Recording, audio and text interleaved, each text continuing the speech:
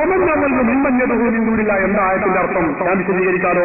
വമൻ അവല്ലു ഏറ്റവും വഴിപിഴച്ചവനായിട്ടുള്ള ആരാണ്?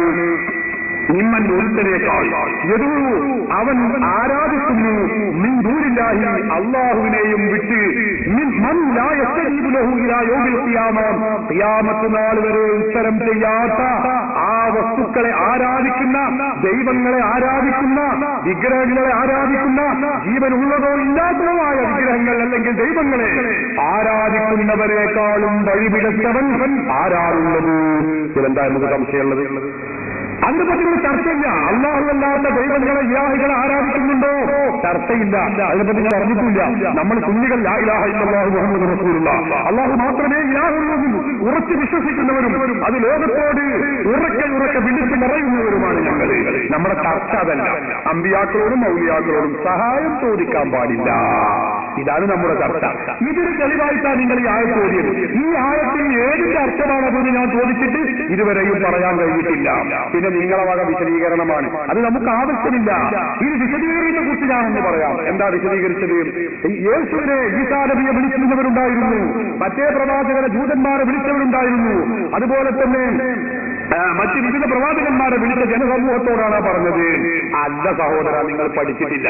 യേശുവിനെ വിളിച്ചിരുന്ന ആളുകൾ യേശു ഈസാ നബി എന്ന് പറയുന്നത് അള്ളാഹുവിന്റെ പ്രവാചകനാണ് എന്ന് കരുതിയിട്ടല്ല വിളിച്ചിരുന്നത്.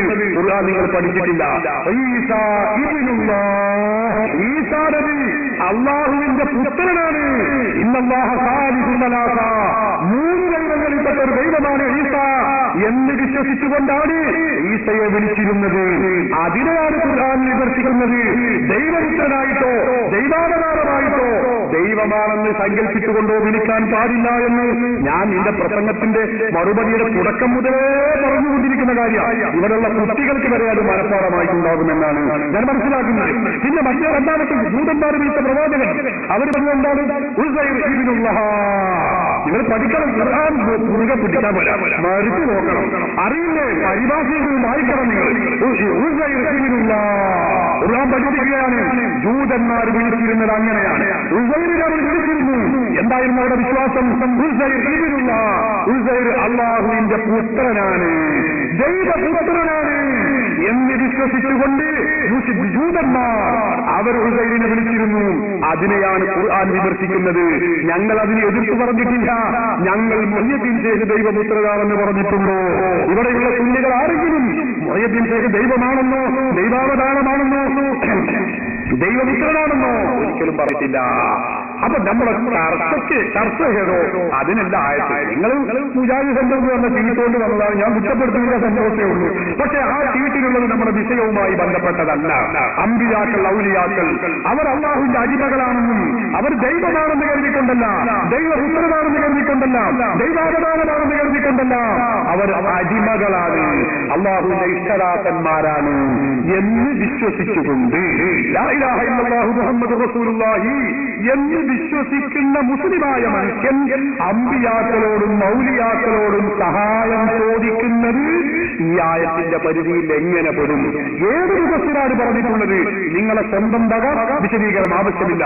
ഖുർആൻ പണ്ഡിതന്മാരുടെ ഉദ്ധരണികൾക്ക് വായിക്കാം, പറയാം. മാത്രമേ കാണുന്നുള്ളൂ. ഇത് ദുആയാണ്. ഖുർആനിൽ ദുആ എന്ന് പറഞ്ഞാൽ ആരാധന, ദുആ ഇബാദ, അത് ആരാധന തന്നെയാണ്. അതായത് ഇത് വന്നിട്ട് നിങ്ങൾ പറയുന്നത് ദൈവമായിട്ട് ആരാധിക്കുന്നു എന്നാണ്, ആ അർത്ഥത്തിലാണ് പറയുന്നത്. ഞാൻ ചോദിച്ച ചോദ്യം ഇൻഷാ അല്ലാഹ് ബുദ്ധിയുള്ള കൗമുകൾക്കെല്ലാം മനസ്സിലായിട്ടുണ്ട്. അതായത് അള്ളാഹു പറഞ്ഞത് ആരെ? അള്ളാഹുവിന് പുറമെ എന്ന് പറഞ്ഞാൽ അവിടെ ഔലിയാക്കൾ പെട്ട്, അബ്യാക്കൾ പെട്ട്, എല്ലാവരും പെട്ട്. ആ അള്ളാഹുവിന് പുറമെ ഖിയാമത്ത് നാൾ വരേക്കും ഉത്തരം തരാൻ കഴിയാത്തവരെ വിളിച്ച് പ്രാർത്ഥിക്കുന്നവനേക്കാൾ വഴിപിടിച്ചവൻ ആരുണ്ടെന്നാണ്. അത് ഇൻഷാ അല്ലാഹ് നിങ്ങൾ പറഞ്ഞത് എല്ലാവർക്കും മനസ്സിലായി. ഞാൻ ചോദിച്ച ചോദ്യവും ഉസ്താദ് പറഞ്ഞത് എല്ലാവർക്കും മനസ്സിലായി. അൽഹംദുലില്ലാഹ്. ഇൻഷാ അല്ലാഹ്. പിന്നെ അടുത്ത ചോദ്യമാണെങ്കിൽ മുമ്പ് ഈ പറഞ്ഞതിനെ കുറിച്ച് എനിക്കൊരു വിശദീകരണം. നിങ്ങൾ പറഞ്ഞപ്പോ ഉമ്മൻ യദൂ എന്ന് പറഞ്ഞ യദൂ എന്നതിന് ആരാധന എന്ന് അർത്ഥം പറഞ്ഞ് സകാഫിയെ അല്ലാതെ ഞാൻ വേറെ ആരും കേട്ടിട്ടില്ല, കണ്ടിട്ടില്ല എന്നിപ്പോ നിങ്ങൾ പറഞ്ഞു. അത് ഞാൻ കുറ്റപ്പെടുത്തുന്നില്ല. ഞാൻ എനിക്ക് വലിയ വിവരമുണ്ടെന്ന് പറയുന്നില്ല. അതാ ഞാൻ പറഞ്ഞത് മുജാഹിദുകൾക്ക് ഒരു വിവരവും ഇല്ല. നിങ്ങളെ പറ്റിയല്ലത് ഞാൻ പറയുന്നത്. മുജാഹിദുകൾക്ക് ഒരു വിവരവും ഇല്ല എന്ന് ഞാൻ പറയാനുള്ള കാരണം അതാണ്. ഖുർആൻ പണ്ഡിതന്മാരായ പണ്ഡിതന്മാർ മുഴുവൻ പറഞ്ഞത് യദൂ എന്നതിന് യഅ്ബുദു എന്നാണ്. എണ്ണിക്കോളി വേണമെങ്കിൽ ഞാൻ എഴുതിക്കോളി, ഞാൻ പറഞ്ഞുതരാം കിതാബിന്റെ പേര്. ബഹുമാനപ്പെട്ട ഖാദി ഇബ്നു അത്തിയ്യ അൽ-ഉൻദുലുസി തന്റെ തഫ്സീർ അൽ-മുഹററുൽ വജീദ് എന്ന ഗ്രന്ഥത്തിൽ പറയുന്നു, മിമൻ യദഉ അയ്യഅ്ബുദു, ആരാധിക്കുക. ഇനി നിങ്ങൾ നോക്കൂ, തഫ്സീർ അൽ-മുഹററുൽ വജീദ് 15-ാം വാല്യം 10-ാം പേജ്. ഇനി നിങ്ങൾ നോക്കൂ, ഇമാം റാസി തഫ്സീറുൽ കബീറിൽ പറയുന്നു, മിമൻ യദഉ എന്ന് പറഞ്ഞാൽ അതിന്റെ അർത്ഥം അല്ലാഹു യസ്തഹിറുഹ ആലിഹത്തൻ വയഅ്ബുദുഹാ, അല്ലാഹു അല്ലാത്ത ദൈവങ്ങൾക്ക് ആരാധിക്കുക എന്നാണ്. സാധാരണക്കാരായ ആളുകൾക്ക് നല്ല മനസ്സിലാക്കുന്നുണ്ടല്ലോ, നിങ്ങൾ മനസ്സിലാക്കണമെന്ന് ഹൈറും പറയാറുണ്ട്. റാസി നിങ്ങൾ എഴുതിക്കോളൂ, 28-ാം വാല്യം 6-ാം പേജ്. അലബി സക്കാഫി മാത്രമേ പറഞ്ഞിട്ടുള്ളൂ, പറയുന്നത് മാത്രമേ നിങ്ങൾ കേട്ടിട്ടുള്ളൂ എന്നാ പറയുന്നത്. അതാ ഞാൻ പറയുന്നത്, വിവരമുള്ളവർ നിങ്ങൾ കണ്ടിട്ടില്ല എന്ന് പറയാനുള്ള കാരണം അതാണ്. ഞങ്ങൾക്ക് വിവരമുള്ളത് കൊണ്ടല്ല, മുജാഹിദുകൾക്ക് വിവരമില്ലാത്തത് കൊണ്ടാണ്. ഞാൻ പറയാം, തഫ്സീറുൻ നസബി എഴുതു നിങ്ങൾ പറഞ്ഞാൽ അയ്യഅ്ബുദു, വളരെ വ്യക്തമായി തന്നെ പറയുന്നു, അയ്യഅ്ബുദു മിൻ ദൂനില്ലാഹ്. തഫ്സീർ റൂഹുൽ ബയാൻ 8-ാം വാല്യം 464-ാമത്തെ പേജിൽ പറയുന്നു, യദൂ അയ്യഅ്ബുദു വല്ലസ്സലാമു അൻ ദുആഇ മൻ യഅ്ബുദുഹും ഇബാദത്ത്. തഫ്സീറുൽ മുനീർ 2-ാം വാല്യം 326-ാമത്തെ പേജ്. തഫ്സീർ ബഹറുൽ മുഹീത്ത് നോക്കൂ നിങ്ങൾ, വമൻ അവല്ല മിമ്മൻ യദൂ അയ്യഅ്ബുദു, ആരാധിക്കുക, ആരാധിക്കുന്നവനേക്കാൾ വഴിവെച്ചവരാണ്. തഫ്സീർ ബഹറുൽ മുഹീത്ത് 8-ാം വാല്യം 55-ാമത്തെ പേജ്. തഫ്സീറുൽ ബഗ്വി ഇമാം മുഹീത്തുന്ന തഫ്സീർ ബഗ്വി തന്റെ മാരിമുത്തൻസീൽ 4-ാം വാല്യം 147-ാമത്തെ പേജിൽ പറയുന്നു. ഇതേ വിശദീകരണം അദ്ദേഹം പറയുന്നു. ഇനി നിങ്ങൾ നോക്കൂ, തഫ്സീർ ഫത്ഹുൽ ഖദീർ ഞങ്ങളെ ആളല്ല, നിങ്ങളാളാണ്. മൗലവി മുജാഹിദുകൾ നേതാവായി പറയുന്ന ആളാണ്.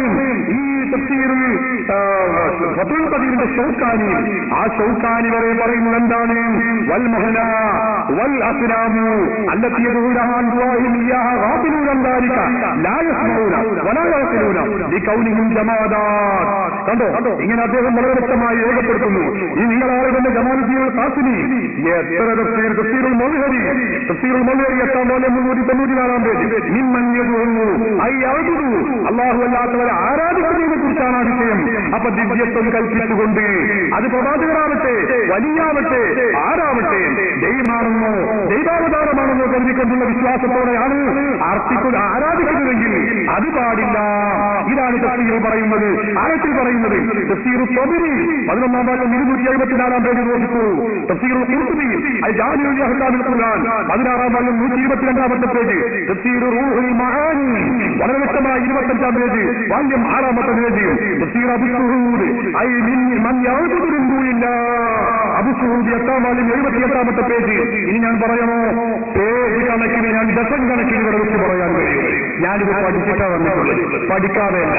നിങ്ങൾ സഖാബിയാകുന്ന എന്നിൽ നിന്ന് മാത്രമേ കേട്ടിട്ടുള്ളൂ എന്ന സന്തോഷവിവരമിവിടെ പറഞ്ഞത് എനിക്ക് അതിയായ സന്തോഷമുണ്ട്.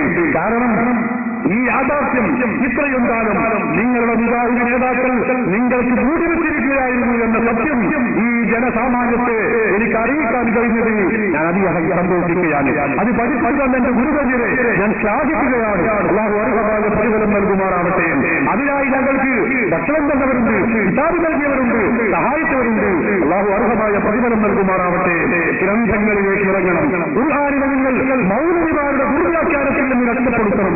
അത് മാത്രം കേട്ടാൽ ഇതുപോലുള്ള അപരാധങ്ങളും അസംബന്ധങ്ങളും നിങ്ങൾ ഇനിയും പറയേണ്ടി വരും. ഖുർആൻ പണ്ഡിതന്മാർ അവരൊക്കെ ഈ കാര്യം വ്യക്തമായി പറഞ്ഞിട്ടുണ്ട്. അമ്പിയാക്കളോടോ ഔലിയാക്കളോടോ സഹായം ചോദിക്കുന്നതിനെ കുറിച്ചല്ല ഇത്, പിന്നെയോ ആരാധിക്കുന്നതിനെ കുറിച്ചാണ്. അമ്പിയാക്കൾ, ഔലിയാക്കൾ, മഹാത്മാക്കൾ അല്ല, അല്ലാഹുവിന്റെ ദൈവപുത്രനാണെന്നോ ദൈവാവതാരമാണെന്നോ ദിവ്യത്വമുണ്ടെന്നോ വിശ്വസിച്ചുകൊണ്ട് ആരോട് സഹായം ചോദിച്ചാലും ആരോട് ആരാധിച്ചാലും അത് ശിർക്കാണ്, തർക്കമില്ല. അത് മക്കയിലെ മുസ്ലിങ്ങൾ വിഗ്രഹത്തിൽ ചെയ്തിരുന്നു. ദൈവമുള്ളതായി ജീവനുള്ള വിഗ്രഹങ്ങളുണ്ടായിരുന്നു, ജീവനില്ലാത്ത ദൈവങ്ങളുണ്ടായിരുന്നു. പാടില്ല. അത് ഇന്നും നമ്മുടെ നാട്ടിലുണ്ട്. അത് ശിർക്കാണ്. അതല്ലാതെ ആയത്തിൽ ഒരിക്കലും ഇത് സുന്നികൾ ചെയ്യുന്ന ഇസ്തിഹാസ ലാ ഇലാഹ ഇല്ലല്ലാഹു മുഹമ്മദുർ റസൂലുള്ളാഹ് എന്ന് വിശ്വസിച്ചുകൊണ്ട്, അടിമയും റസൂലുമാണ് എന്ന് വിശ്വസിച്ചുകൊണ്ട് അമ്പിയാക്കളെയോ ഔലിയാക്കളെയോ വിളിക്കുന്നവർക്ക് ഈ ആയത്ത് എതിരാണെന്ന് ലോകത്ത് ഏതെങ്കിലും ഒരു ഖുർആൻ പണ്ഡിതൻ പറഞ്ഞിട്ടുണ്ടെങ്കിൽ നിങ്ങൾ ശ്രദ്ധിക്കണം, ലോകത്തേതെങ്കിലും ഒരു ഖുർആൻ പണ്ഡിതൻ പറഞ്ഞിട്ടുണ്ടെങ്കിൽ ഖുർആനിലേതാനില്ല, ഹദീസിലുമില്ല, ഏതെങ്കിലും പണ്ഡിതൻ പറഞ്ഞിട്ടുണ്ടെങ്കിൽ ആരെങ്കിലും നിങ്ങൾക്ക് ഉദ്ധരിക്കാം. നിങ്ങളെ ഭാഗം വിശദീകരണം ഭാഗം നമുക്ക് വേണ്ട. അത് നിങ്ങൾക്ക് ചിലപ്പോൾ നല്ലോ പറയാൻ കഴിയും. നിങ്ങൾ മുജാഹിദിന്റെ നേതാവാണ്, എനിക്കും നല്ലോണം കഴിയും, അല്ലെങ്കിൽ ഞങ്ങൾക്കും കഴിയും. അതുകൊണ്ട് നമ്മൾ ഇങ്ങനെ ഒരേ അങ്ങോട്ടും ഇങ്ങോട്ടും പറയാ എന്നല്ലാതെ പ്രധാനമാണ് നമുക്ക് ആവശ്യം. അത് നിങ്ങൾക്ക് പറയാൻ കഴിയുമോ? പറയാം, കൊടുക്കും പറയട്ടെ.